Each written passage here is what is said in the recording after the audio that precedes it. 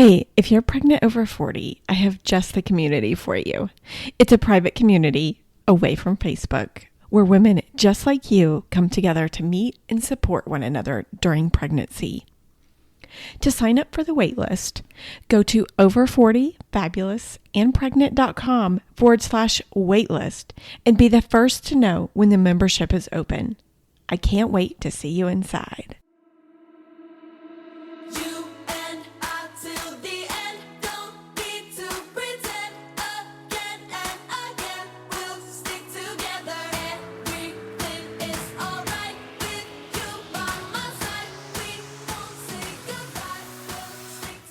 Welcome to Over 40 Fabulous and Pregnant.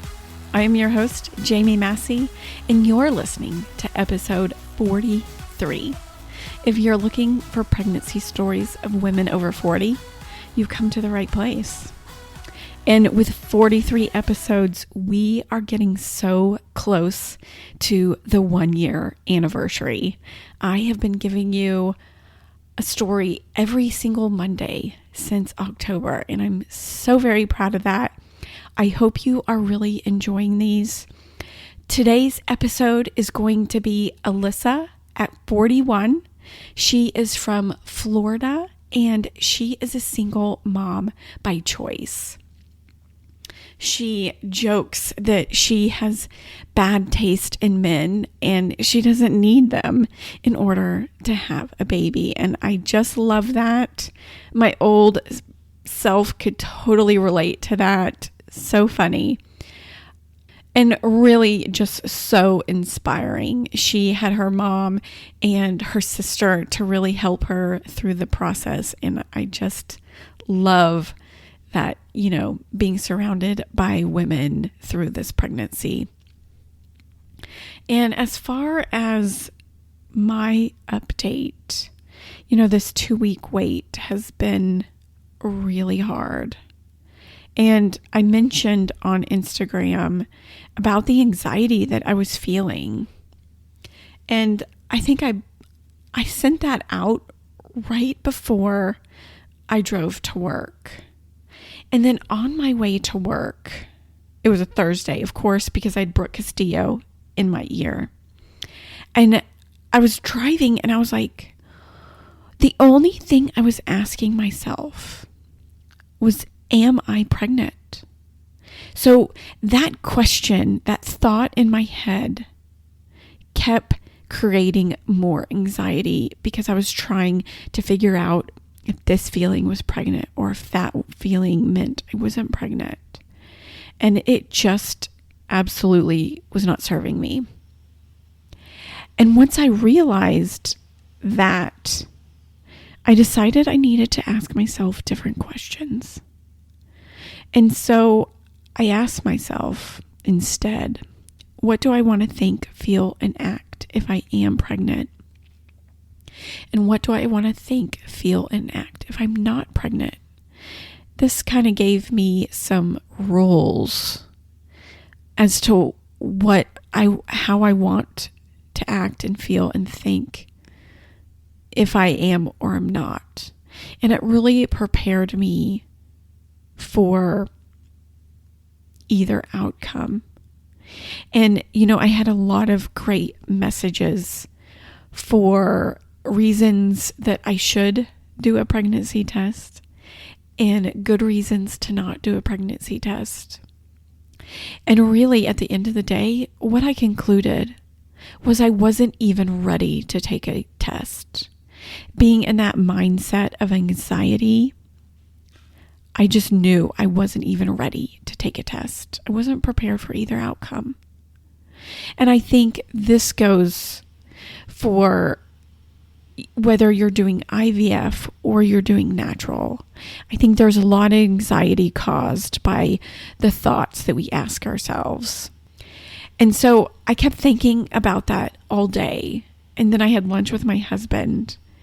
And, saying it out loud it gave me so much peace. And so I could not wait to get home and just start writing this down. And it helped so incredibly much. I did write it down and I posted it on the blog. So I will leave a link in the description if you're interested in reading that. And I share these little things, the letters, and this is really not a letter, but it was more just collecting my thoughts. If you're interested in this, I would really take these letters with a grain of salt and kind of figure out what works best with you. Because the question of what do you want to think, feel, and act, if you're pregnant or not pregnant, that may not be a great question for you. There's many other questions we can ask ourselves during this waiting period. If you have any questions, I love talking about this because our mind is so incredibly powerful. Oh, spoiler alert. I forgot to mention, I did take a test, and I just want to hear it from the doctor before I kind of figure everything else out. But I think I will share in due time. And with that, let's get into Alyssa's pregnancy story of 41. Alissa, thank you so much for coming on the show. Of course, I'm excited. We are sharing Alyssa's story at 41. Isn't that right? Yes. I'm about to be 42 next month. Perfect. And she is a single mother by choice. Before we get started, Alissa, will you tell us a little bit about yourself? Yes. So I am 41, about to be 42. I have been an entrepreneur my entire adult life. I've never worked for anyone but myself since I graduated college, to be honest. I was a hairdresser for 18 years, and then I started a fabric store. Doing hair is a lot on your body, and I really wanted a child. I had a feeling it was probably going to be on my own at that point, and there really was, it was much harder to bring a kid into a hair salon. You really can't have a baby sitting in the back of a hair salon. So I was trying to figure out what I could do so that I could be a single mother because, I hadn't found a man as of yet that, I wanted to keep around or stayed or whatever.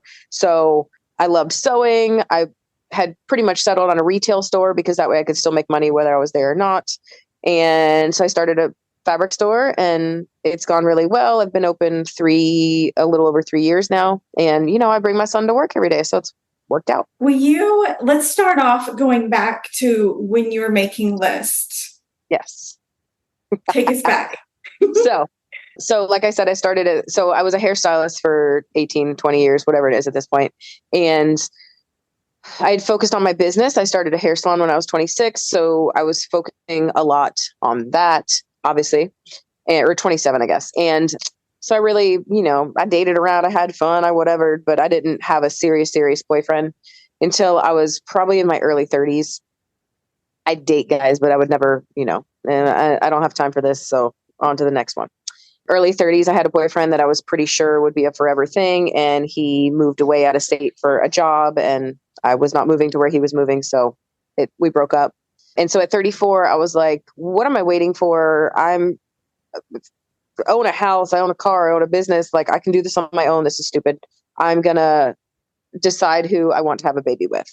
And I decided to start a list. So, when you're younger, there's always that guy like, oh, if we're whatever age and we don't have a kid yet or aren't married yet, we'll get married and have kids. There's a few of those guy friends in my life. So I started a list of which guys could be my baby daddy, which makes me sound absolutely like a lunatic. I know that, but desperate times call for desperate measures. So there's a few at the top of my list that I knew would be good sperm donors that didn't necessarily, I knew probably wouldn't want to be like an everyday dad. And I was fine with that. Like if they were a visiting dad or like the kid could know in the future that was their dad and have a relationship if they wanted to, I was open to doing it kind of any which way they were open to doing it. Mm-hmm. And so I had a list. Out of the blue, ex from college had contacted me and I was joking with him. Oh, good. I'll put you on the list. And he said, what's the list? And I told him, he's like, okay, well, I want a kid, but with a wife. Okay. Sounds good to me. We can upgrade you to the top of the list. So we started dating. Hindsight, shouldn't have, but we did. We started dating. So I dated him for a while. We actually got pregnant fairly quickly, like 8 months into our relationship. And I ended up having a miscarriage at 13 weeks. And then 2 months after that, 2 months after that, I got pregnant again and miscarried at 6 weeks. After that, I had just convinced myself I couldn't have a kid because it didn't work twice in a row. He had already had a kid. So in my head, obviously it was my fault and I was never going to have a child. I have nephews. They're older. They're 11 and 13 now. So, I was like, well, I'll just be the fun aunt. I'll be their la forever. It'll be fine. But in the back of my head, obviously all I really wanted to do was be a mom. So I dated around some more. And, I was really always trying to fit, we'll say, a square peg into a round hole. Like I was trying to find a man to make a family with, not find a man that was right for me and right for me in the future and whatever. I was, like, to me, dating with the wrong intent. And so obviously it never worked out. And the night before my 40th birthday, had been dating someone for a little over a year. It was during COVID. And, we had a fight that night. We were on vacation for my birthday, and it was literally the night before my birthday. And I got mad, not even mad. I just very resolute in this idea. Like, I do not need you to make a family. I do not need a man to make a family. Why am I trying to make this relationship work when all I really want is a kid? I don't need you. I don't need your issues. I don't need any of that. I can have my own kid. I'm a fully realized adult. I can support myself. What am I doing? And so I just left him at that hotel, and that was it. Like, I was going to have a kid, and that was that. So that was when I I'd been toying with the idea for, 4 years, 3 years at that point. That was the night that I was like, done. I do not need you. I will have my own child. So I'm sure there are quite a few women out there. Like, when do I make that decision? When is that last card played? Whatever you want to say. But that was, for me, that was it. Like, I don't need to continue to date men that are not worthy of me, and really not even worthy of what the family that I want to have is anyways. So what am I doing? This is silly. I'm doing it on my own. Yeah. How powerful was it as leaving the hotel? I was like the best ever. Like, I was crying because I was upset it happened, but it was really just like, holy crap, I did it. So freeing. Yeah. Not only I did it, like, I can't believe I did it. Like, oh, I'm a bad, you know what? Like, I can do this. I do not need your stupid ass. You're whiny. I don't need that. Yeah. Like, it was just great. Like, the best feeling ever. Yeah. To choose yourself. Cause that's really what it's about, right? Like, choosing what I wanted over making someone else comfortable, making someone else happy, whatever. Like, no, this is what I want and I will do it. I will do it. I love it. Yeah. So how did you get to deciding on a sperm donor from there? So from there, I went back. I had already gone to a fertility clinic to get tested after my miscarriages because I wanted to know, was there a reason? My ex actually lived out of town. So I was very adamant that he moved back into town and we start trying for a family and whatever. And he just wanted time, hindsight, because he was cheating on me, but whatever. So I'd gone to one fertility clinic in town. I didn't love them. So I changed fertility clinics. After I turned 40, I went to a new clinic, started the testing process again, and really made sure, can I get pregnant? Do they think it's okay? Where are my levels? All of that. And that gave me then the okay to now I can look for a sperm donor. Was everything okay? Everything was fine. I don't have any diagnosable infertility. My infertility is all the men I've dated are raggedy and haven't, had a baby. That's it. That's the diagnosis. The diagnosis is my men I've dated suck. So, which I'm sure lots of women are in the same boat. So, and I don't think all men suck. I'm not that kind of man hater necessarily, but the ones my picker was broken. I picked bad ones. When I started looking at sperm donors, I went to the sperm bank that my doctor recommended. It's fairly close to the office. So I don't have huge shipping fees and whatever, because it's shockingly more expensive than you would think. I'm a little short. I'm on the shorter side. I'm, almost 5'4", and everybody in my family is tall. I mean, my sister's 5'10". My 13-year-old nephew is 6'3". My mom's 5'8". My mom's 5'8". My dad's 6 foot. My whole family's tall. I take after my dad's side. Myself and my 3 aunts are all almost 5'4". But, it was okay, well, if I'm going to do this on my own, let's inject a little height into the mix. I got some latent height in me, but let's add a little extra. So I was looking for anybody over 5'9". I'm light-eyed, light-haired. My whole family's light-eyed, light-haired.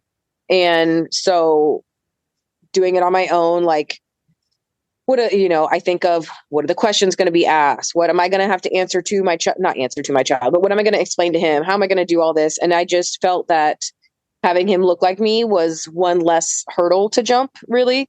And I like my light eyes, so I chose a light-eyed donor. So I looked for 5'9" with blue or green eyes, and bloop, this first one popped up. And I looked at him, and he was half Greek, and I'm actually a quarter Greek. My mom is half Greek. Mhm. So I loved that it was another light-eyed, fair-skinned or fair-haired half Greek person. And when I read his whole profile, listened to his voice, saw his handwriting, read his psych eval, the whole shebang, Yeah. it just seemed like someone that I could date. And not that I have this weird delusion that it is, but if you're mixing DNA, like, I don't want it to be someone that I'm like, ooh, he sounds Yeah. icky, but looks right. Yeah. I mean, nature versus nurture is a thing. So it's, sometimes it's just in you. You can't train stuff out. There is stuff that's just part of your DNA. So Mhm. the fact that he, I guess, read, the way that I wanted him to read, was good. He was musical. He played a couple of instruments. He spoke a couple languages. He liked to travel. He came from what seems like a fairly well-off family. Like, his brother's a whatever. His dad was a something. I can't remember now, to be honest. I have it saved, but they all seem like good, well-to-do people. Nice. His hero. I remember one of the questions was his heroes, and they were all like nerdy science people, not like an athlete. You know what I mean? It was like Nikola Tesla, Marie Curie, like all sorts of science people, like, for their contribution to society. And I was like, a nerd like me, but still my heart. I like this. Okay, give me this. Did you feel like you were on Tinder going through the profiles? Oh, for sure. Yes. I mean, you're shopping for a baby daddy. Yeah. It's weird. We felt the same way when we were looking for egg donors. Yeah. I mean, you're literally like swipe right, swipe left, right? Yeah. And I'd be like, not that one, gross. Okay, not that one. Yeah. And really, the donor I chose is the very first donor I looked at. And I came so close to just purchasing it right away. Like, wow. And you're I'm like, no, I can't. Yeah, because I felt like I needed to just purchase it so I wouldn't back out of doing it in general, right? Because the fear of what if it doesn't work? Yes. I've already had 2 miscarriages. What if what's going to happen again? The whole thing. It's terrifying. It is terrifying. And so should I just buy it instant? Like, he looks good. Let's just buy it. Yeah. And another part of why I almost just purchased it instantly was when you have so many different options, sometimes it's like, okay, now I have like option freezing, whatever it is. Like, okay, now which one do I purchase? Like, okay, there's 6 good ones. Which is the right one? Am I going to nitpick every little thing until I get to the very, very right one? But then if something happens, am I going to think the other one was the right one? And, it's just stressful. The whole thing is just stressful. So I almost just purchased him, just done. I don't need to look anybody else. I like that one. That one's good enough. Done. Let's do it. Like, don't think about it. Just do it. Yes. Like, the less choices, the better, I was like, okay, let's not get a little too crazy. Let's just look at the rest of them. And so I was looking and looking and looking, and just none of the other ones will say sparked joy. Like, it just wasn't right. Like, I feel like that was just the right one. So did you care about like blood types or anything like that? Well, so I did. I don't care. I don't know how any of that works, right? So the way my office works is I had to pick donors, send the links to the donors to my nurse. The nurse would go through it, make sure all of that was correct. Are they CMV positive? What is your blood type? Blah, blah, whatever. Okay. And then they would tell me if it was like, yes, approved, stamp of approval approved. Yay or nay, that works or not. Then I had to have a social worker appointment where I did a Zoom meeting with a social worker, and we talked about like the implications of using a sperm donor, and do you understand what that means? And do you fully like get it? Like, you're never going to have a relationship with that person. Your kid's not going to know them. Is that okay to you? How are you going to explain it? When are you going to, are you going to tell them? Did you, not like your answers are right or wrong per se, but have you thought about this? And have you thought of what answers you're going to give to people? Yeah. So I had a social worker meeting. They okayed that. Then I had to go to a genetic testing meeting thing. So all of because he had a genetic test and I had a genetic test with, however many crazy things they tested for. So then I had a genetic testing meeting, and they went through both of our things. And do you match? Do you not? Okay, you're a carrier for this. He's a carrier for that. It's going to mix, match, not, whatever. But all my things came back negative. So I figured it was going to be fine. But another step in the cog in the wheel, whatever, another step that another hurdle you have to go through. So I had that meeting, and then I was like waiting to hear, like, okay, now what do I do? What's the next meeting? And my nurse was like, no, you just buy it now. And as soon as you buy it, let us know and we'll start the process. I'm like, well, okay, whatever. So next week just went and bought 3 units of sperm. Like, okay, that's a weird Thursday night activity, but whatever. Also, who knew it was so expensive, but whatever. So could have done a lot for that, but that was a big vacation I could have taken. So I paid for 3 units, and I paid for, or 3, whatever you want to call it. And I paid for 6 months of storage because honestly, I did not think, so I did the IUI route, right? Since I did not have any explained fertility, my doctor felt that start with IUI. It's cheaper. It's less invasive. Don't waste your money if you don't have to. I originally was like, I don't want to even try IUI. I have quite a few girlfriends who have tried it and it didn't work for them and they had to have IVF. I almost was like, screw it. I just want to straight do IVF because it's more controlled, right? Like I know there's an embryo there. I know something's there. I know at least the process has started. But my doctor said, no, you really don't want to do that. So I was pretty much sure I wasn't going to get pregnant with this 3 rounds, right? To the point that I had already looked at which kids were available for adoption. Wow. Like I was sure it was not going to work. Sure of it. And while I'm generally a very happy and optimistic person because of my 2 miscarriages, because again, like I'd never even had another oopsies in the couple years since then, like I was just sure. And I had actually tried with a friend a couple months the year before, like it didn't work. So, I mean, like I just can't, like I'm old, my eggs are scrambled. Here we go. Yeah. Dusty old powdered eggs in there. Nothing's going to happen, whatever. Like, I know they say it's all fine, but obviously it's not. I haven't gotten pregnant yet. Yeah. So I have a question about the monitoring of your eggs. Like when they did the timing, were you doing like Clomid or anything to get more, or were they just straight monitoring you? I did have something. It was a single pill. What was it? I don't remember. Some letrozole. I lied. I remember. It was letrozole, I think. Okay. So they told me to buy the sperm. I bought the sperm. They're like, okay, call me in the beginning of your next period. I went in for testing. I actually have fibroids and I had a cyst on each ovary at that. I had not had cysts on my ovaries before in any of my other checks. And at that first check, I had fibroids. I've had fibroids, and a cyst on each ovary.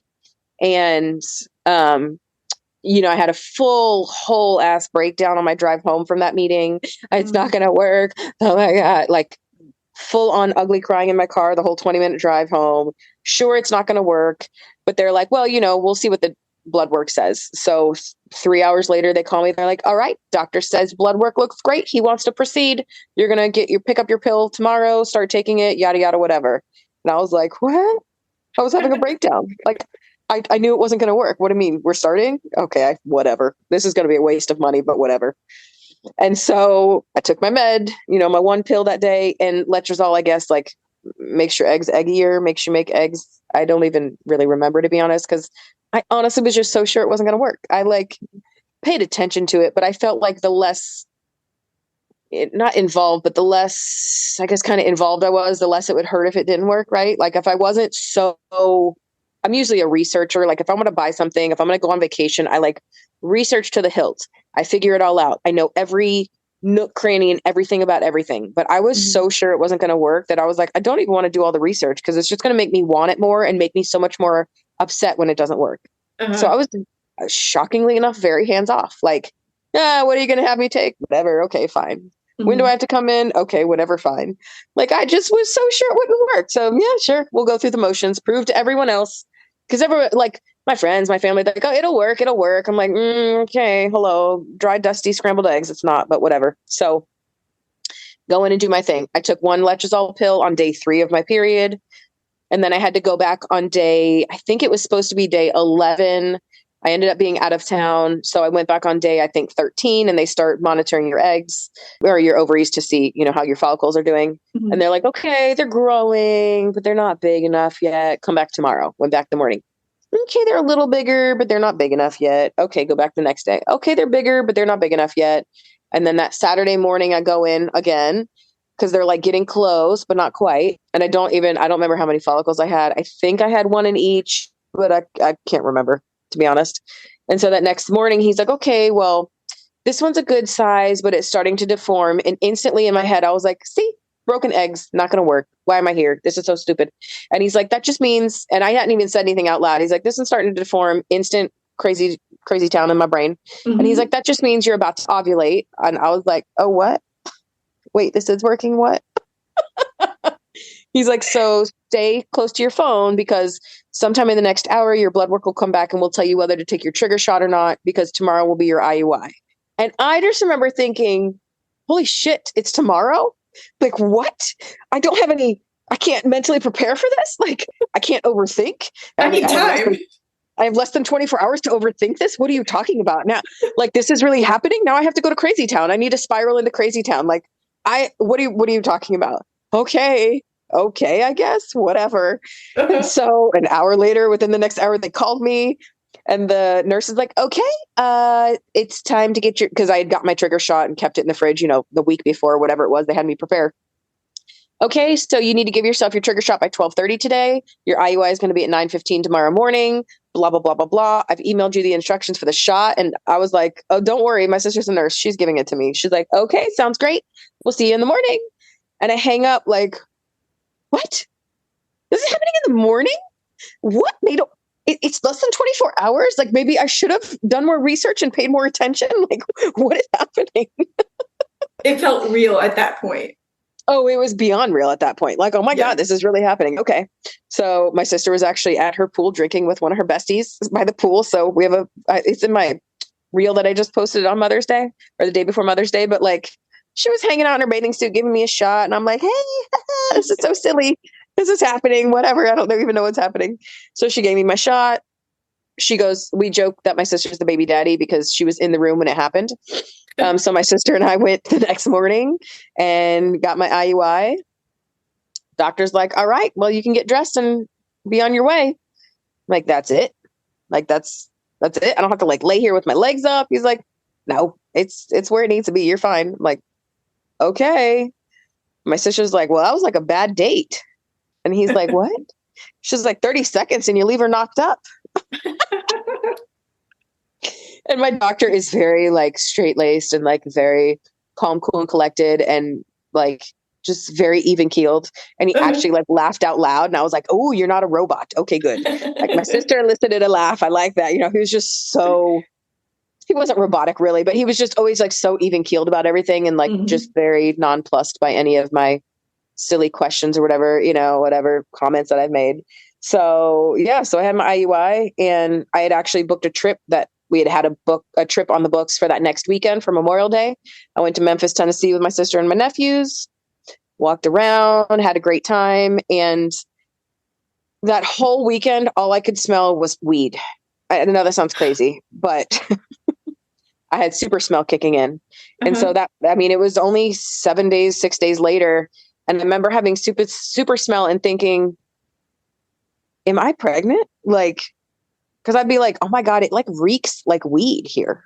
And my sister would be like, what are you talking about? I'm like, you don't smell pot? And she's like, no. I'm like, it's like disgusting. Like, I don't like the smell of it anyways. I'll preface it with that. But I was like, it's overwhelmingly gross. And she's like, no, it doesn't. Like, you're losing your mind. She's like, well, I don't know. Maybe my nose isn't working. I don't know. She has allergies. Who knows?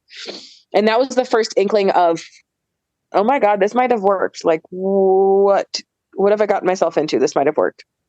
And that whole weekend, super smell for sure. That next week, continued super smell. And I was dizzy every single day that week, like little blips of dizziness during the day. And I remember, that's another pregnancy symptom. It was not a symptom I had when I was pregnant the first 2 times, but the first 2 times I really didn't have any symptoms at all, like at all. Nothing. I think you had no clue. Well, the first time I definitely had no clue. The first time I was pregnant at 8 weeks, my boobs got really sore and grew a cup size overnight, but not like no barfiness, not in the early weeks symptoms, like nothing until 8 weeks. And that was only boobs sore, nothing else. So I was like, oh my God, like, am I imagining this? Cause now, of course, now it's happened now, like, my brain's taking me to anxiety spiral into crazy town. Now I really want it now. But what if it doesn't happen? Now I'm going to be extra upset, whatever. I finally let myself like feel the feelings. So my blood work for my HCG wasn't until the next Monday. So it was 2 weeks after my IUI. But that Thursday, I could not help myself, and I tested myself, and it was a positive test. And it was crazy. I was like, oh my God, this might have worked. And I quick had to go online to do research because I hadn't really done the research yet. Like, because I had a trigger shot, that's basically HCG, and I know it can affect your pregnancy test. So it was like, okay, should I have been testing this whole time? Because am I testing out my trigger shot? It was faint. So is this my trigger shot still? Am I pregnant? I don't know. Whatever. So I took like 75,000 other pregnancy tests in the next 4 days. And they were all positive. And what were you thinking? Holy shit, this worked. I was prepared for it to work. I was not prepared for it to work. I was prepared for it to not work. Not prepared for it to work. Like, I was not mentally prepared for that. I don't know why. I was trying to have a kid, right? Like, duh, you should be prepared for it to work. But I just wasn't, because I was so sure it wasn't. So my sister was like, I told you it was going to be you. There's whatever percentage that gets pregnant. I told you it was going to be you. And I was like, sure it is. Whatever. You're lunatic, but whatever. And she's like, I told you. I'm like, okay, well, you might have been right. So I went in that next Monday. I had my HCG, my blood work done. And they called me like 3 hours later, like, good news, you're pregnant. And I, had an absolute breakdown. And I was pregnant.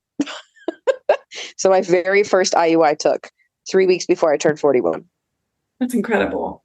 Yeah. So, part of the reason I didn't think it would work was like, I had already had 2 miscarriages. I was older, the media and everything just tells you like, you're a dusty old woman now. Nothing's going to work for you. You know what I mean? Like, everything is just so negative about anyone being a mother after 40, especially the first time mother or a single mother. Like, I was just sure it wasn't going to work, and it wasn't my path. And I'd adopt a kid or 2 or 4 or whatever, and it would be great. And, I'd be happy being a mom that way as well. So when it worked, it was definitely like mind-boggling, to say the least. And so how long did you stay with your fertility doctor? So I was with them till week 10. So, I went in and got my blood work done. I think it was like every 2 or 3 days for the first week or so. And then I had an ultrasound. They found a little yolk sac. My sister came with me to, not my blood work test appointments, because that was, early in the morning and they just took blood, but she came to my ultrasound appointments and any other like doctor type appointment until I went. Well, most of the time, really. Most of my whole pregnancy, she came with me. So that very first ultrasound, like, they found a little yolk sac and I was crying so hard my eyes were shut. She's like, open your eyes. I'm like, I can't. And I had like, I think 3 or 4 ultrasounds between week like 5 and 10. And then at week 10, I graduated and I went to like a real doctor, and it was terrible because I didn't get to see him all the time. Like, I didn't get another ultrasound until I was 14 weeks pregnant. And I was like, I can't wait 4 more weeks. What are you talking about? I can't see him next week. Like, I don't like this. Did you find out the sex with your fertility doctor, or did you wait? I didn't find it with my fertility doctor. I found it with my regular doctor because I did NIPT testing. So my fertility doctor didn't order it. He wanted my regular doctor to order it because then they would come back when I was at that office. So my very first intake appointment, I think I was right at 10 weeks or maybe 11 weeks when I had my first intake appointment at my regular OBGYN. And they ordered me my NIPT tests. It took, I think, 7 business days to come back. And so, heck yeah, I found out instantly. I need to know. I'm a knower, right? So the fact that I didn't do any research for this whole thing is kind of crazy. I had mentioned to you before, my best friend had a baby the year before with fertility treatment. So, I'd be like, okay, girl, they said this. What does that mean? Like, she kind of told me stuff. So I was like, Janice, she did all the research. She'll help me, whatever. She did the research. I don't need to. So it's fine. It'll be fine. So I did NIPT testing because with my older age, I know there's definitely a higher risk of having issues when you're older. So I wanted to know any issue right away so I could be prepared for it or, make a choice I didn't really want to have to make. But, I just wanted to be prepared for anything. Once it was happening, I needed to know every single anything the moment I could. So I instantly found out he was a boy. So how did you feel whenever you saw he was a boy? I was super happy. Like, I see my sister and she has 2 boys. And, they're obsessed with their mommy forever. And being a single mom, it was just nice to know, like, oh, good, I'll probably have a little baby lover boy that just loves me forever and ever. And weirdly enough, when I ever thought about being a single mom, I always thought about traveling with a little boy. Huh. So you manifested him. Yeah. I like literally like could see, I'm going to cry. I could always see me traveling with my son and like just having like a great time together. Mm-hmm. So you're going to. Well, no, literally, we're going to Italy in 2 weeks. No, that's amazing. So yeah, my parents are awesome at taking the family on a vacation. But so I mean, it's like, you know, a dream come true, literally. Yeah, it is. That's beautiful. Yeah. So it's great. But yeah, so when I found out it was a boy, it was like, holy crap! Like, did I like you said, did I manifest him? Like, did I make this happen? Like, did I really know on the inside that it would happen one day? You know, I just told myself it wouldn't because it's easier to deal with, you know, the rejection and the heartbreak of miscarriage and all of that, you know, telling myself I wouldn't have a kid. I don't know, but yeah, he's my little buddy. And going back to some boring parts. Yeah. Your doctor that you chose, your OB/GYN, what Yes. did you go to your regular one or did you pick a whole new one? I did not. I went to a whole new office. So my sister is a nurse practitioner while we're going on vacation, a family vacation, because she graduated from NP school last year. And she actually did her OB/GYN rounds at this office. And she loved the nurse practitioner that she worked with. She really trusted her. And so where I live is like halfway between Daytona Beach and Orlando. And I was heading towards the Orlando side because there's a lot more, you know, offices there. And with my age, I was sure I'd have to go to a high risk doctor. So it was like, well, all the good high risk doctors are over there. There aren't any on the East Coast, like by me. So I'm gonna have to go to Orlando anyways. I might as well just pick a OB office up that way. And my sister's like, you do not want to drive through Orlando traffic every time you go to the doctor. Like, it's going to suck. You don't want to do that. You don't know you're going to need a high risk doctor. Don't be crazy. Just go to this office and try them out. So I was like, okay, again, fine. I'll do it, whatever. So I made an appointment in the office and just instantly loved it. Like, that will be my OB. I mean, that will be my GYN office now. Like, I love that office. Love everybody in it. Love all the doctors I saw. And there's 6 doctors in the office. So, I mean, it's not a small office. It's, you know, like small to mid-size, but every single doctor that I saw that worked there, loved them. Absolutely loved them. So I felt very comfortable. Now, was there anything important to you when you were talking to them, or was it just like the conversation you connected? I think it was just, I didn't feel like a number. So I didn't feel like, you know, sometimes you just feel like a piece, like a livestock, you know, like next. Okay, here come the cattle. And like just another number. That's honestly how I felt at my very first fertility clinic. I felt like a number. I did not feel like I really connected with anyone there. I felt like they didn't give a shit. I felt like when they were running late in the office, they didn't care to call me. They didn't care. It didn't matter that I had to take off of work or, you know, whatever. I just did not feel cared for. And so the fact that this office was always like, you know, hey, we're running late. Don't come as early, or, hey, can we move you to a different day because the doctor might run late, that, you know, whatever it was, I just felt like they cared a little more. I instantly connected. The first nurse practitioner I saw was not the one my sister worked with, was a different one there, but I just instantly loved her. I was very comfortable with her. She was like, girl, I have this great feeling you're just going to like cruise through this. I was like, well, I know, but you know, I'm a dusty old mom, so I'm going to have issues. She's like laughing. She's like, she's like, just because your age does not mean you're high risk. And I was like, really? She's like, no. She's like, it's going to depend on, you know, all of your levels, your blood work, your this, that, and the other. And currently your blood work looks kick butt. You look super healthy. Like, everything's fine. And, you know, I was a size 14, 16. So I'm not giant by any means, but I mean, I'm on the heavier, you know, I'm the overweight side of things. So I was worried about that. I was worried about my age. I was worried about, you know, a multitude of things. And she's like, you look fine. Don't worry about it. Don't stress yourself out about stuff that you can't fix or help or whatever right now anyway. So don't, you know, basically don't make all this bad, you know, like just let it be. She's like, do you feel good? I'm like, I feel great. Haven't been barfy yet. Haven't felt nauseous. Like, I had food aversions in the beginning. So I just felt very meh about food, but never barfy, never anything. She's like, you'll be fine. Don't worry about it. You'll be good. And I was, so that was great. But I really liked her right off the bat. And so I felt very comfortable in the office. Even like, you know, the girls that worked at UPay were nice. Like, who's nice in the office? Who's like the girl you check out with is not often that nice. So like, it was great. Yeah, that sounds really nice. And how was the rest of your pregnancy? Easy peasy lemon squeezy. And I hate saying that because so many people have such terrible pregnancies and feel like hell and gain 1,000,000 pounds and whatever. But I was never barfy. I was literally not one day nauseous. I had very sore boobs my entire pregnancy pretty much, but I will take sore giant boobs over barfing any day of the year. Definitely. I really I was very active. Like, I'm up and walking around at work at my shop all the time.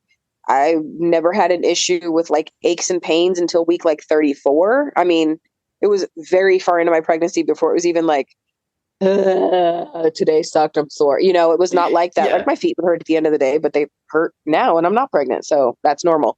So, I mean, really, I just felt good. My skin was extra clear. My hair was lovely and luscious. Like, I was in a good mood all the time and happy because I was finally pregnant like I've always wanted. Like, it was just really good.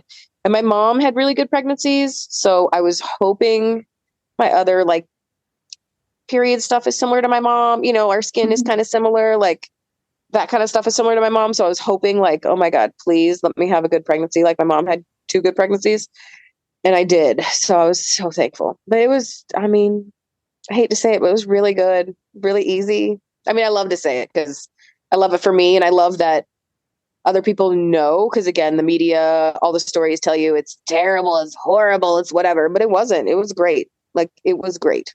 I gained 6 pounds my entire pregnancy. It was great. No way. I know. 6. I want to vomit when I say that, but I did.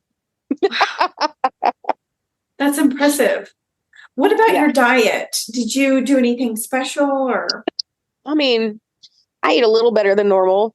Like I said, in the beginning, I did have food aversion. So I was just kind of meh about food. Like, I'd be like, ooh, whatever it is, chicken parm sounds great.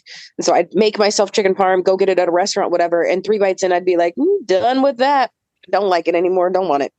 It didn't make me feel barfy. It didn't make me feel other than like a very strong, like, don't want any food in my mouth right now.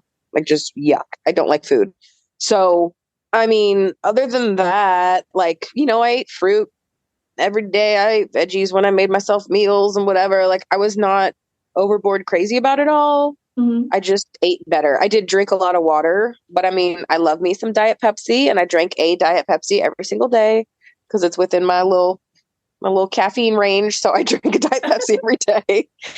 It's my one vice. So, I still did that. I was trying in the beginning to stop it, and I was like, nope, I'm not going to deny myself that joy every morning. So. What about products? Is there anything that helped you during pregnancy that you could recommend? I actually just used lotion every day. And as an ex-hairdresser, I'm very bougie when it comes, and I was a makeup artist in the beginning of my hair styling journey.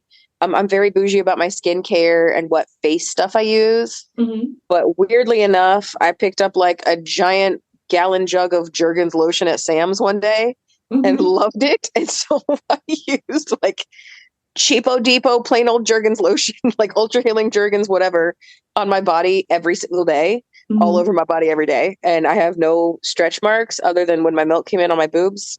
So, I mean, Something I know stretch works. marks is, it's a very genetic thing, but it helped. Maybe it helped. But yeah, I really I just lived the same life I lived before, which is mind boggling to me still. Like, it's still a very weird concept that the baby laying in my lap right now, like, I made. Like, I know I made him. He was in there. I know. And I birthed him. I'm well aware. But really, like, it's just crazy. It's just the craziest, wildest thoughts that we create humans. Yeah. Like, it's crazy. When you think about it, it's crazy. There was a human inside of you. It's just nuts. Yeah, it's awesome. Yeah, it's the most incredible thing on the planet. So I really didn't use a whole bunch of different, like, I didn't feel barfy, so I didn't need nausea for stuff. I took prenatals every day. So I took those. Pink Stork was the brand I used. The gel caps have like some sort of strawberry orangey flavor to them. So I took some other ones and they tasted like fish oil, which was gross. So I just tried another brand and, they worked. But Pink Stork prenatals, that's about it. That's all I did different, honestly. That's great. Yeah. I mean, it was good. It was really good. And how did you prepare for birth and the baby? Oh, I was sure at 5'4" and a size 14 with a big wide butt, I was going to birth him no problem. So when I had my first miscarriage, it was 13 weeks. I miscarried at home. I was full labor. I felt my water break, like barfing from the pain. Like, I can do labor. I have done that. I can do it. It'll be fine. I did not, and it was not. But to prepare, because I was so sure in my head that I was going to vaginally birth this child and just squeeze him out, no problem. I had my yoga ball and I would like do my figure eights and bounce on the ball. The last like 4 weeks, every night I'd like bounce on my yoga ball, do figure eights, get them nice and deep in my pelvis, everything ready to go. That didn't work because the day before my induction, he floated back out because I had extra fluid by the end, and he floated back out and stuck his head and hit my hip. So, oh my gosh. All the work for nothing. Whoa. Yeah. But as a first-time mom, did you take any classes? I took an online class that I fast forwarded through part of because, yes, I'm a first-time mom, but my sister, who I've always lived less than 2 miles from, has 2 little ones. I stayed at her house every Sunday night, the first year of her first son's birth. I am well versed in babies. I've taken care of babies like full days, overnight, couple days in a row of my nephew. Like, a lot of the stuff in the birthing class that I took, or it was like a first-time mom birthing/birthing class. It was just like, yeah, diapering, got it. Okay, got it. Okay, got it. Mm-hmm. I paid close attention to the CPR part because that part's very important. And then the birthing part, like I was there with my sister and she ended up having C-section, but I've seen live birth on TV. I watched a couple on YouTube, listened to the birthing class, and it was like, okay, a lot of it is just your body, like listen to your body. So I also did an online hypnobirthing class that I, like a hypnobirthing book, I guess, not class, but a book that I read. And it was just all listen to your body. Don't fight it. Let it happen. Don't be so tense. Relax your mouth, all this stuff. So like, I got this. I'm going to do this. Everything's going to be great. Yeah. I had a C-section. Oh. Well, tell us how it all started. So I went in at 39 weeks for my induction. Being a little older, they recommend you have an induction at 39 weeks because every week past 39, your risk of stillbirth goes up. And having had miscarriages before, I was pretty paranoid most of my pregnancy, to be honest. The one thing I will say is I really came to terms with the fact that there was nothing I could do that would make the end result any different, right? Like, I cannot eat something and really make the end result any different. I can't do anything and make the end result different. I have to trust my body, which was horribly, terribly difficult after having 2 miscarriages. Mm-hmm. So like, I just came to terms with, okay, I just have to trust myself. Like, I have to trust my body that my body's going to do what it's going to do and it's going to know, and it's, I'm going to feel it and vibe with it and whatever. So I went in at 9:00 on a Monday night to get induced. I was all ready to rumble. My sister was there. My mom was there. We're all ready to go. And my one doctor said I was going to start with cytotech, but there was a different doctor, one of the other doctors was on that night. And she was like, no, I start with Cervidil. I was like, ugh, okay, fine. My sister had Cervidil and didn't do anything and ended up with a C-section, but fine, we'll play this game. Whatever, put Cervidil in. So give me Cervidil. By the way, my cervix was so high they couldn't even barely reach it. So like, I'm nowhere near labor yet. Those rolling on the ball, bouncing on the ball may have been working him down, but nothing is happening. So they give me Cervidil. 12 hours later in the morning, nothing has changed. It might be my cervix might be slightly softer, but nothing is different. So I was like, great. So they actually were feeling me and they were like, he feels like he's not quite head down. I'm like, he's been head down since week 30. Like, he's definitely head down. I just had an ultrasound on Friday. He's head down. They're like, I don't know. So they do an ultrasound. Yeah, he's head down. Okay, but you have extra fluid. I'm like, yeah, they told me at on my Friday appointment, you have extra fluid, whatever. But he was head down. So they decided to start a first round of cytotech, which is every 4 hours, or it's a 4-hour window. So they did cytotech. And at the end of my first round of cytotech, she's like, he just really doesn't feel like the first round of cytotech was my nighttime doctor that was still there that morning. The second round of cytotech, or when the first round, like at the end of that first 4 hours, was the new doctor. She's like, okay, well, let's see. She's like, I don't think he's engaged. Like, I don't think he's head down. And I was like, they already did an ultrasound like early this morning. He's definitely head down. And she does again. She's like, no, he's not. His head's in your hip. So like, she's like, well, no wonder we're not getting any progression. His head's not even touching your cervix. So perfect. So she's like, get up and walk the halls. So it was like an hour and a half of me like walking the halls, squatting, getting on the ball, doing figure eights, doing whatever, bouncing on the ball, jiggling him down in there, like doing whatever I could to get him in there. She's like, okay, his head's in the right spot now. It's out of your hip. So we're going to do cytotech round 2. So cytotech round 2 comes along, and you have to like stay laying down for like, I think 3 hours or 30 minutes, I think, for it to really like absorb in your cervix. And then she's like, I want you up and moving again. I don't want him to float back out. Okay, fine. So I'm walking the halls, and this time it was like, oh, that's a little spicier. Okay, something's working. That Saturday night, I actually had a black tie event that I went to for this women's group I'm in. And I'm telling you that I was sure I was going to have him that Saturday night. Like, his head was grinding in my cervix all night long, like crazy pain. It was nuts. So after round 2 of cytotech, I was like, oh, yes, that was the pain from Saturday night. He's definitely head down. He's grinding his head in my cervix. This is happening. So I was sure I've made a ton of progress. Like, I'm having contractions every 3 minutes. Everything's working great. And at the end of cytotech round 2, they check and they're like, all right, well, you're at 1 centimeter dilated. And I was like, I'm sorry, what? I'm sure it is farther along. Like, check again, But here we go. The slow boat to wherever. This is going to take a long time. So cytotech round 3. But I was much thinner after round 2, still only at a 1-ish, but much thinner at round 2. They're like way softer, getting thin. So, definitely working. So we're starting round 3. And I don't know after also, by the end of round 2, he was not tolerating it perfectly. So every time I contract, his heart rate would slightly dip. Not terribly, but enough that they wanted to give me a bolus of fluids to make everything even out again and make sure everybody's doing well, whatever. They gave me fluids. He seemed to be tolerating everything fine again, because even without the cytotech, I was still contracting. So they're like, okay, everything's going well. Keep going. Let's do it again. So I think it was 10 o'clock that night. I got my 3rd round of cytotech. That shit hit me like a ton of bricks. It was fast and furious. And I could not stop cursing the entire time that thing was in there. What was going on? It was like lightning everywhere from my belly button down.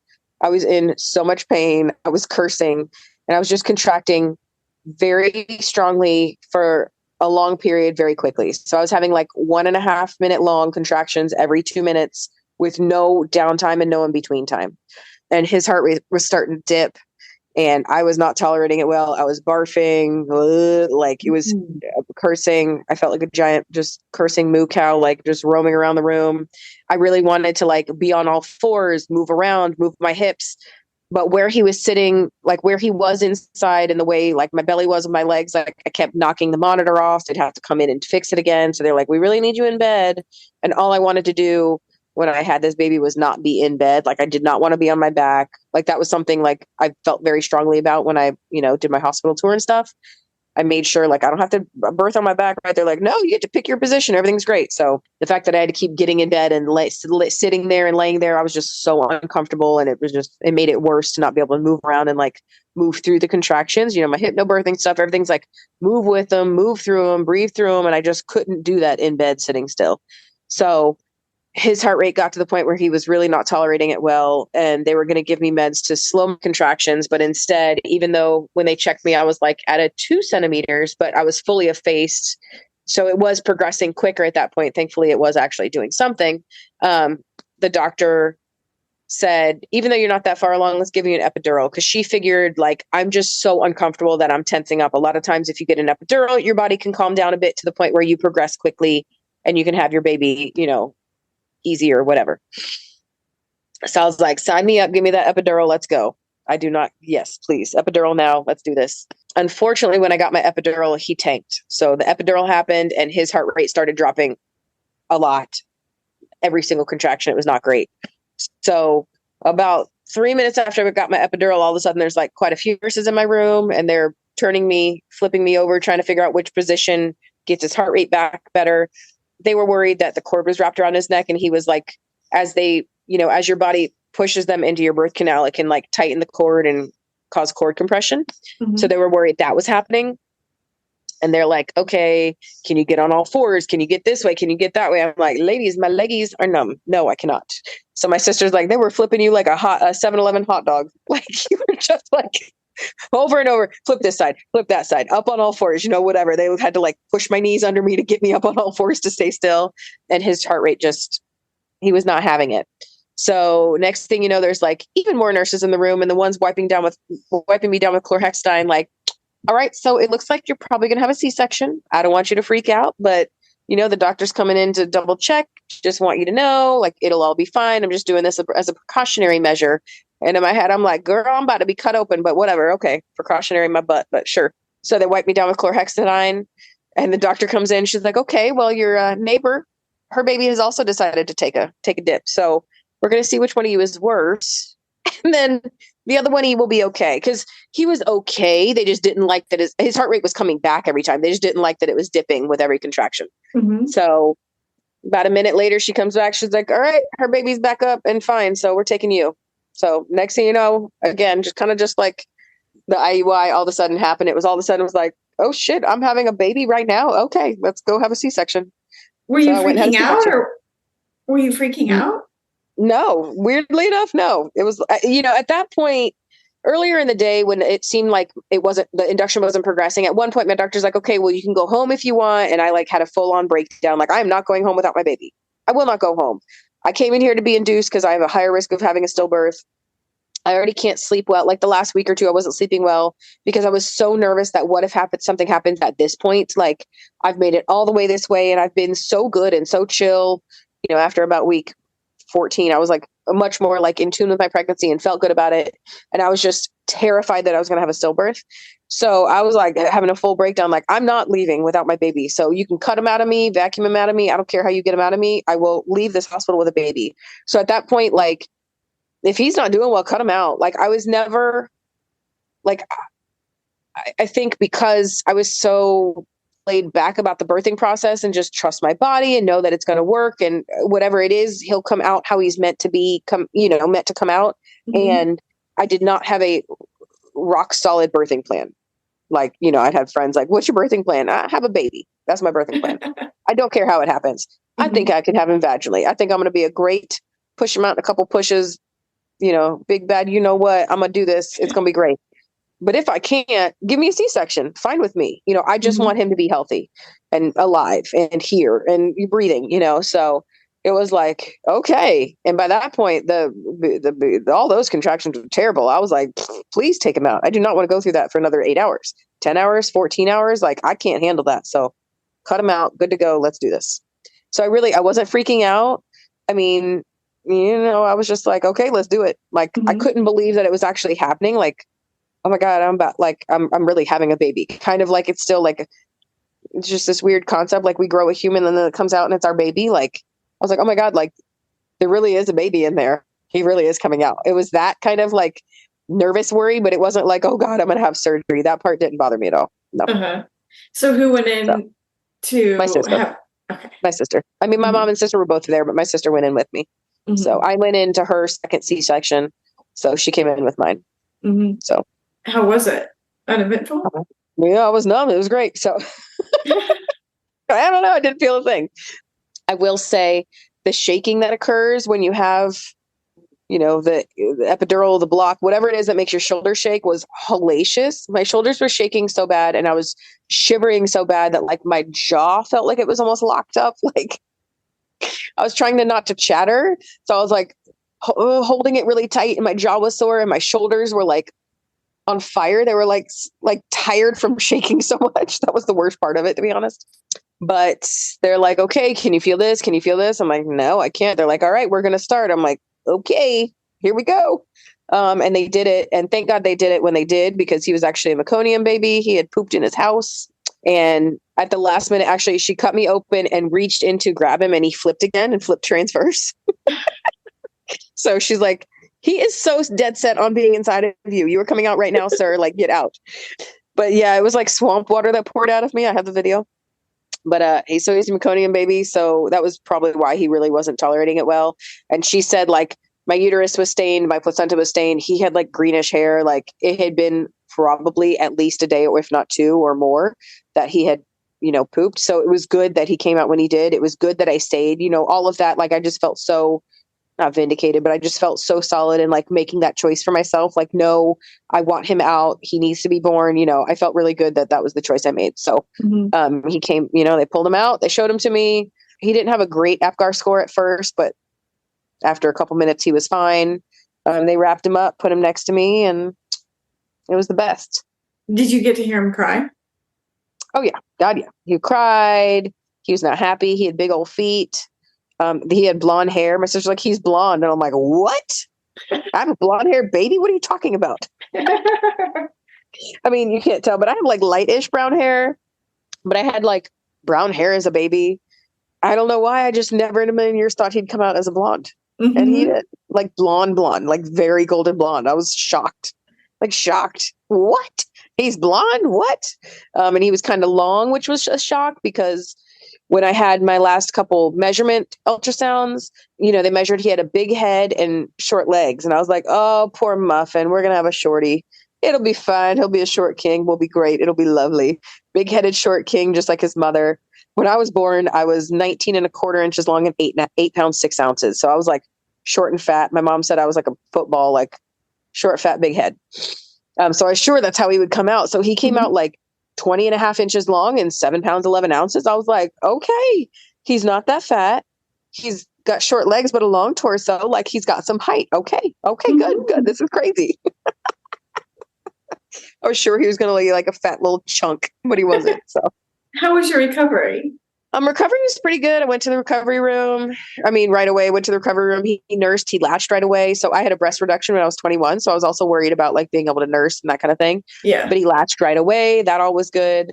I actually only stayed in the hospital until the next afternoon. So I had him at 2 a.m. I know. I had him at 2 a.m. He actually had really low blood sugar all day. So we had to supplement right away. And they said probably because he was a meconium baby and had a stressful birth. Sometimes they have low blood sugar. So I had to supplement right away. So I was still nursing and supplementing right away.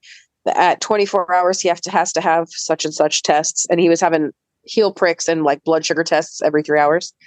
Or 2 hours. I think it was 2 hours from when he like ate blood sugar before and after, whatever. It was like this 2-hour cycle. Mm-hmm. And because of that, like they were just in my room constantly, which I'm in the hospital. That's what they're supposed to do. But I was beside myself annoyed with them. Like, get out of my space. I just want a nap. Everything's good. He's eating. Can I just sleep for an hour? And no, they have to come check on you, check on this and check on that and whatever. At 24 hours, he had his whatever testing he had to have and he passed all of it. And then the next morning, one of my doctors that did rounds, he's like, okay, well, if you're feeling good, you can probably go home tonight if you want to. If you want to stay, by all means stay. But if you're feeling good, it's been 36 hours. You seem to be doing well. Like I wasn't bleeding super heavily. Like I was doing fine. Everything seemed fine. So I was like on board with that. Cause then like all night long, of course, you don't sleep because they're checking on you. Then that second night, like the first night he was, fresh. Second night he had all that testing. I finally went to sleep. They came in at like 5 a.m. to look at whatever. And it was like, oh my God, I just want to sleep. Like I'm a new mom. I'm in the hospital. Let me sleep when I can. When I go home, I'm not going to sleep at all. I just want to sleep here. And I just couldn't. Then there was students that came in that day and checked me every hour on the hour, it seemed like. And I was like, get me out of here. Like I can go home. My sister's a nurse. She can help me. Well, she's a nurse practitioner now, but she can help me if I need help. My mom's going to stay at my house for a couple days. Like, just get me out of here. So I went home the next night. I know that sounds crazy, but like I checked out of the hospital at 5 p.m. I just didn't want to be in there anymore. I didn't feel like I needed to. He was healthy enough to leave and I was healthy enough to leave. And I just felt like I would sleep better and heal better at home than another day there with no sleep. Mm-hmm. So I came home. My mom stayed the first night with me, but I actually told her after that night, like, you can sleep at home because she lives 5 doors down from me. So it's not like she's far. If I needed anything, I could call her and she would be here in 4 minutes, whatever it took to get dressed and get out the door. But I actually I could pick him up okay. I was sore. Let's be real. I had a C-section, but I could roll to the side and sit myself up okay. I could pick him up okay. I have his bassinet right next to my bed and one of the ones with like the zip down wall. So, I kind of just there's a little bit of a lip. I couldn't just roll him out, but I would kind of gently pick him up and, check on him and whatever. Like, I really did really well. Like, I had a really good pregnancy. I had a really good recovery as well. And I think, a lot of being pregnant, having an illness, being sick, having surgery, whatever, is mind over matter, right? Like, if you think you're going to feel good, you will feel better than if you think you're going to feel bad. So, I just had a really good mindset about it all. Was I sore? Yeah. Okay, duh. I had surgery that cut my guts open, but not so sore that I couldn't move, like not so sore I couldn't do stuff. So I just did what I could. I sat around a lot of the time, obviously. And if someone was here, I'd be like, okay, pick them up for me and then get myself up. But I could, I figured out I'm a single mom. I have to figure it out. So I didn't want to be beholden to anyone, not on their behalf, but on my behalf. I wanted to be able to figure it out on my own. And I did. And it went really well. I mean, I nursed and supplemented pretty much from the beginning, but I healed well. Good. I was really lucky. I went to my 1 week checkup and the doctor's like, all right, everything looks great. He took off my bandage and he's like, everything looks really good. How are you feeling? I'm like, good. He sleeps like 3-hour chunks every night. Like, I'm sleeping when I can, but feel really good about everything. He's like, okay, this is awesome. Like, I think you're doing better than I did when I had a kid with my wife. Like, this is great. He's like, do you have any questions? I'm like, my only question is, when do I get to drive? And he's like, as soon as you're not on any narcotic pain medicine, you can drive. And I was like, well, I didn't even fill my pain prescription. I just take the high dose ibuprofen you guys gave me. He's like, well, then you can drive home if you want to. I was like, yes. Because feeling stuck at the house, whether I was or wasn't, was like the part I didn't like. You know what I mean? Like, feeling beholden, like having to have someone drive me, having to have someone, whatever. Like, I just hated that. So yeah, like I was able to drive after that, and not That's that I awesome. did, but I could have. Yeah. So yeah, it was good. Like, he and I really have gone through it really well. Yeah. What about breastfeeding? Did you take any classes or was it just So all I do natural? have a lactation consultant. One of my a girlfriend that I've known since we were little is a lactation consultant. So I had her come over before I had him. So the week before I was induced, I had her come over. I actually wasn't leaking colostrum, but I could squeeze colostrum out, which I was very proud of my previously reduced boobs for that. So she came over. She taught me a few like breastfeeding holds. Again, my sister was like a moo cow. She was like an overproducer. So I've been around a lot of breastfeeding in my life. Been around a lot of babies, like I knew about it, but it was nice having her here to like, this is what it's going to be like on your body. This is how you need to hold your hands, your arms. This is one hold that could work for you. Having bigger boobs. I'm busty. Okay. I wear like an H or an I, like a 36 HI. So we got big boobs and we breastfeed different than littler boobs. I mean, not that you have to, but the holds are different because my arms and the baby and what they might like, not like, whatever. So she just showed me some different ways to hold the baby that could work better for me, measured me for my breast shield if I needed it. She gave me a breast shield if I needed it. I had a pump. So she helped me set up my pump right. And these are the settings you're going to like and that sort of thing. So I started off breastfeeding and pumping both. I really wanted to exclusively breastfeed if I could. I ended up not being able to. I joked that my boobs are slow flow, slow fill after being reduced. They just don't have, like, they just take longer to fill up. And I think, the plumbing's been cut enough that it just doesn't quite fill up as much as, other ones do. And when it comes out, it's not as fast. So whatever it is, he's at 14 weeks and we're still nursing. So I do what I can. But at his 1 month checkup, I was only supplementing 1 bottle a night.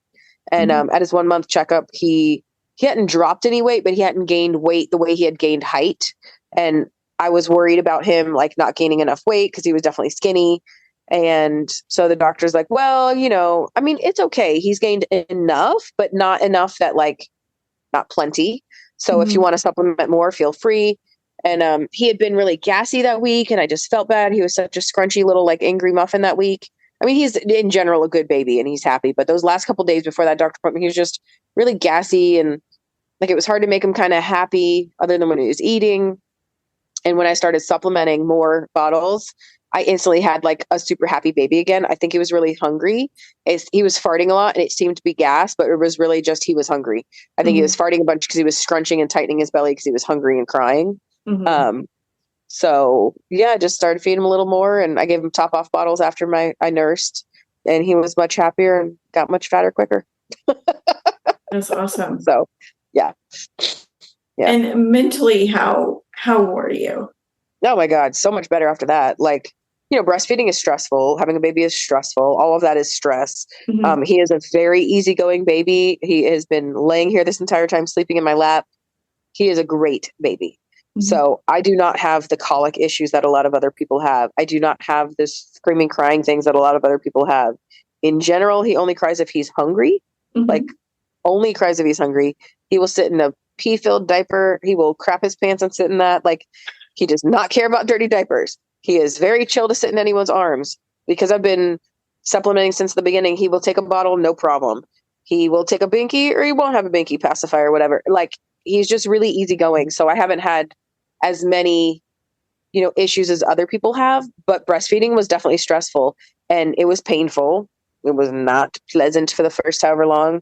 I used silverettes, which were to me a godsend. Have you heard? So silverettes are these sterling silver little nipple shield cup thingies. Mm-hmm. The best way to describe them.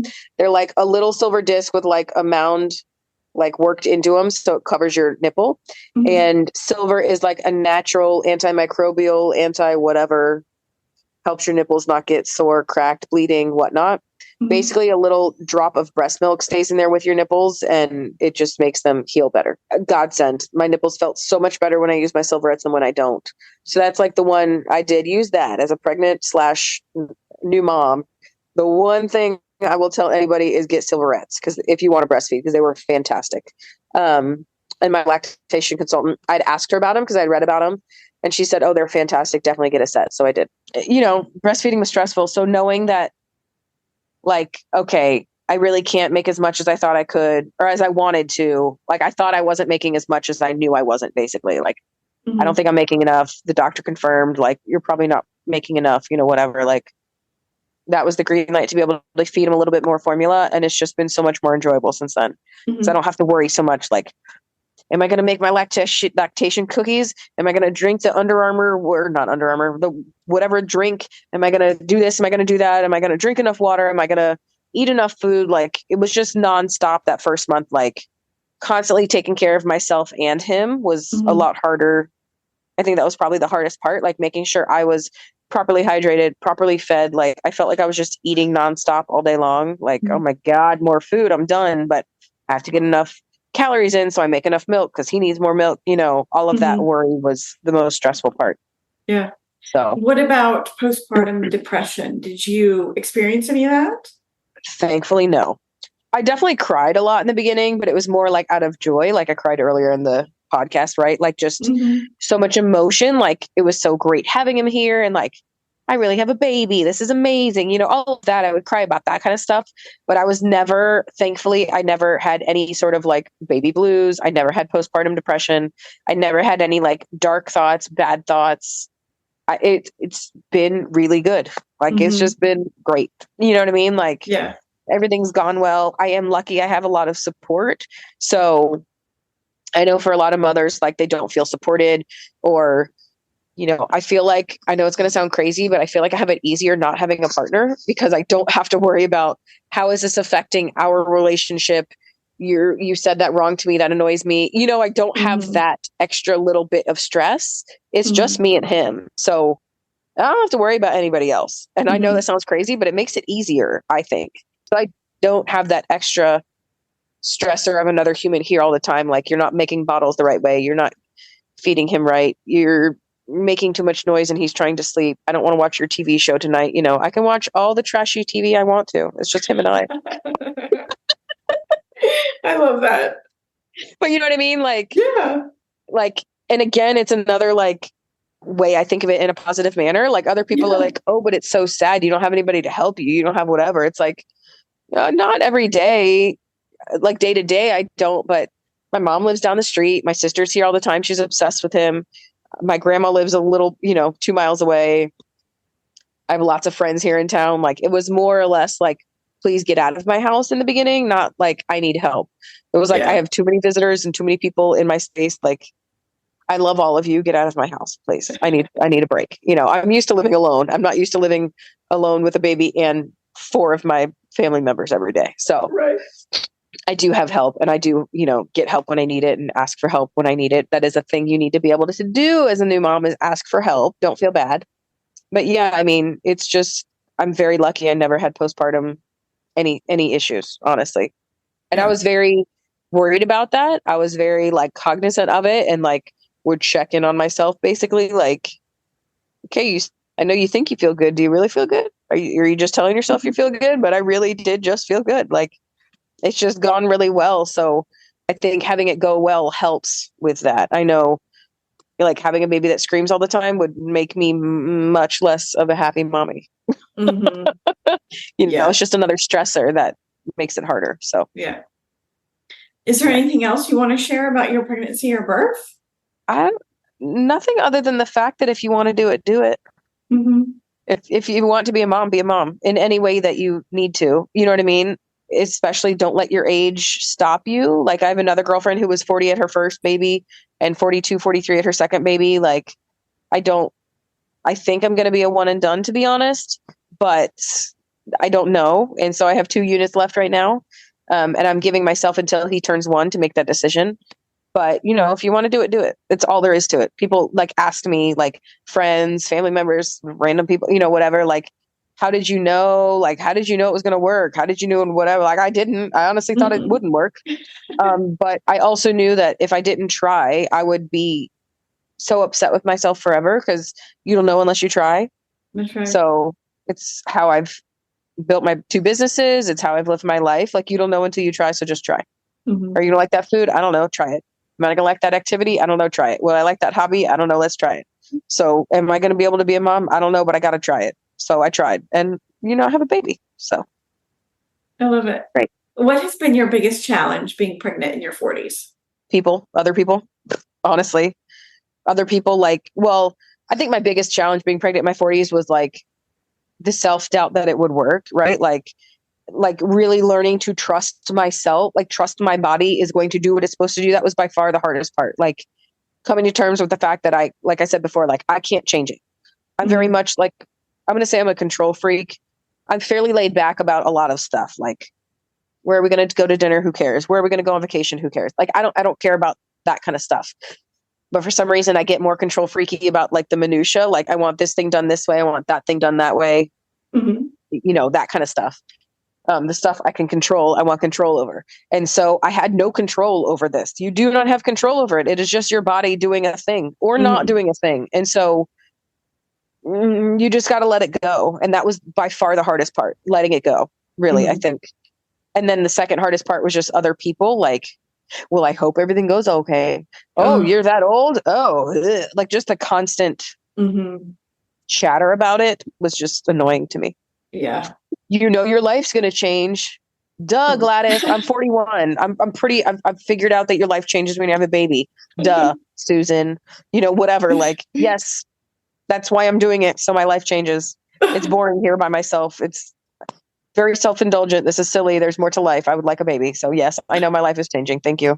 Like, that comment. Oh my God. I just wanted to throat punch everyone that said that.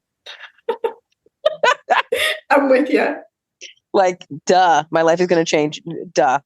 I'm going to have a human. Yes, that's literally why I paid for it. I know. Thank you. Let's talk about your maternity photos, because they're amazing. Do it. Do maternity photos, y'all. Do them. Do them. So while I was a hairdresser before, I was actually a photographer as well.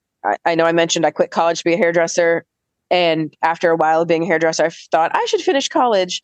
But I don't want to go back for like business. That's boring.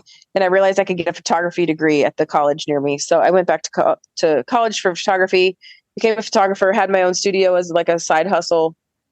And I specialized in maternity and newborns because I've always wanted to be a mommy. I think a pregnant woman is beautiful. I love babies. So I did, portraits, but really maternity and newborns. And so the one thing that I was like, I will be doing this is maternity photos. I do not care if I have to set this shit up myself, take my own damn photos. I'm doing maternity photos because I figured it was going to be the only time in my life I could do it. Number one. Number two, once I was like feeling good and realizing I wasn't going to be a giant house, like, okay, I feel really sexy. I want some maternity photos to look good to like commemorate this. Like, I was actually a good pregnant woman. Let's like make sure I have this in photo form. And 3, just to like celebrate it. Like, it's a big deal. Take care of yourself. And it was kind of like a self-care thing for me. So I found a photographer in Orlando that I loved. And in our like initial consult, we found out that we trained with the same photographer. So that's why I probably loved her, because I told her, like, your vibe is very just my vibe. Like, we have very similar photos of what I used to take. And we found out we trained with the same person. So that makes sense why our stuff looked similar. But I really just loved her right away.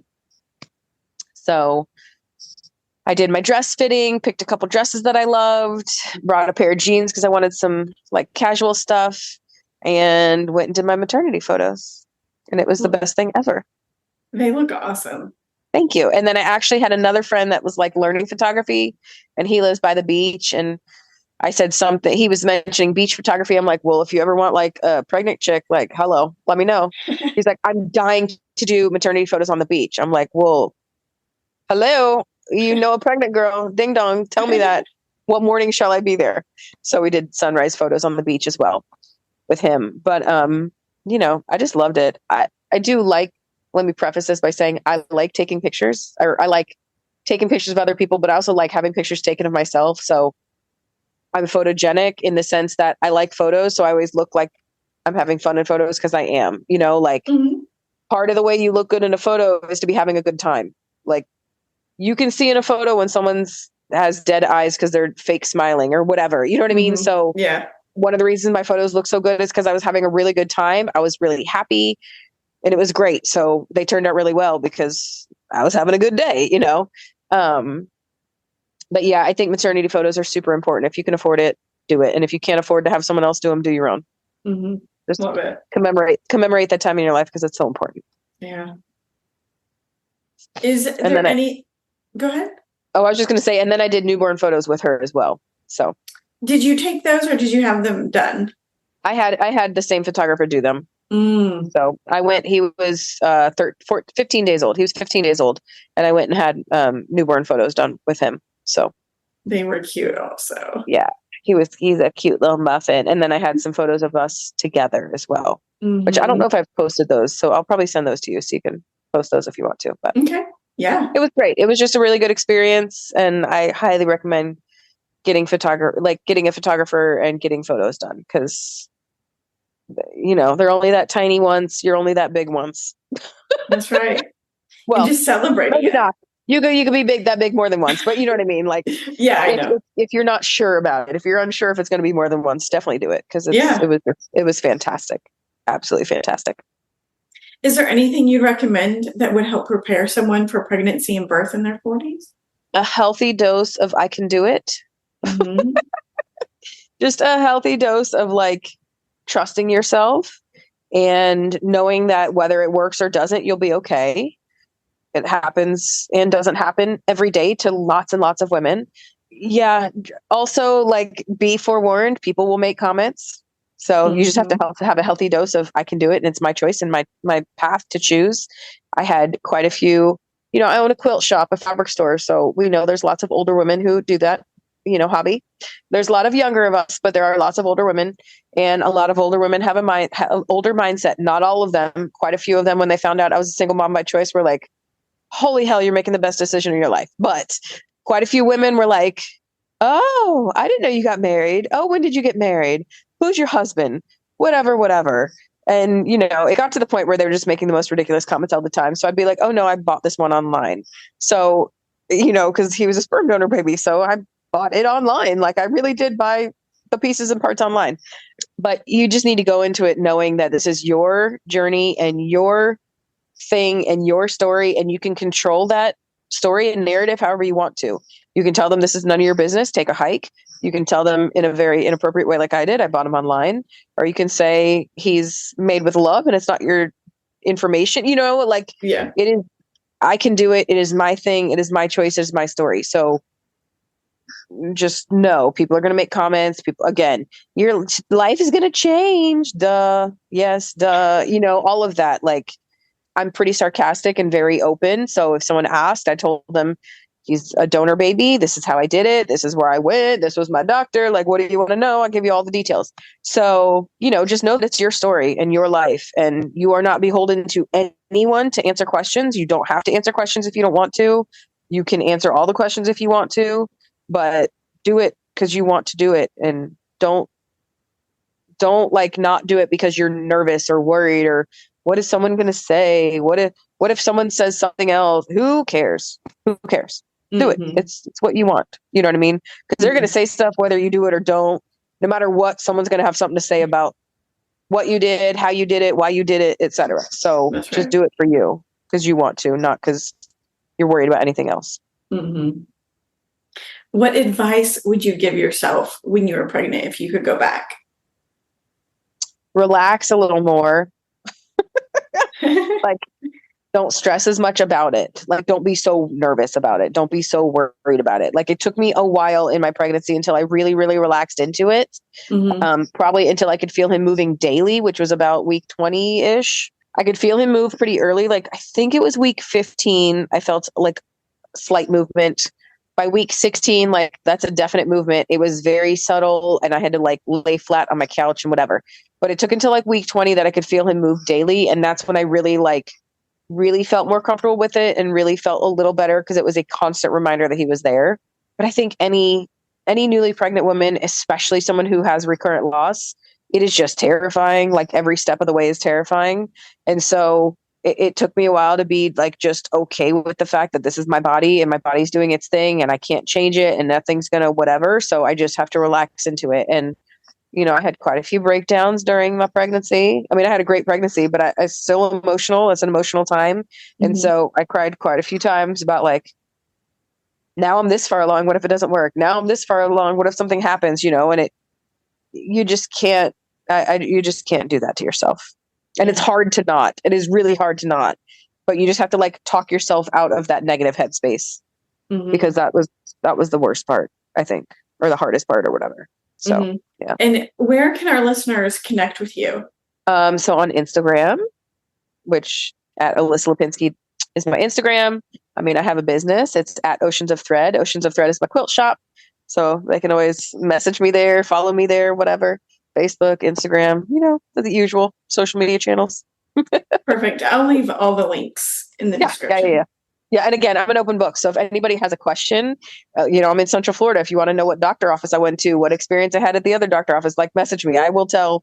I'm an ex-hairdresser and a very open one at that. So I will tell pretty much anybody anything they ask, sometimes to my detriment, but honestly, I'm an open book. So if you have a question, a comment, a concern, want to know what my opinion is on something or how I did something, like, just message me because I will totally talk about it. Alissa, thank you so much for sharing your story. Of course. I loved it.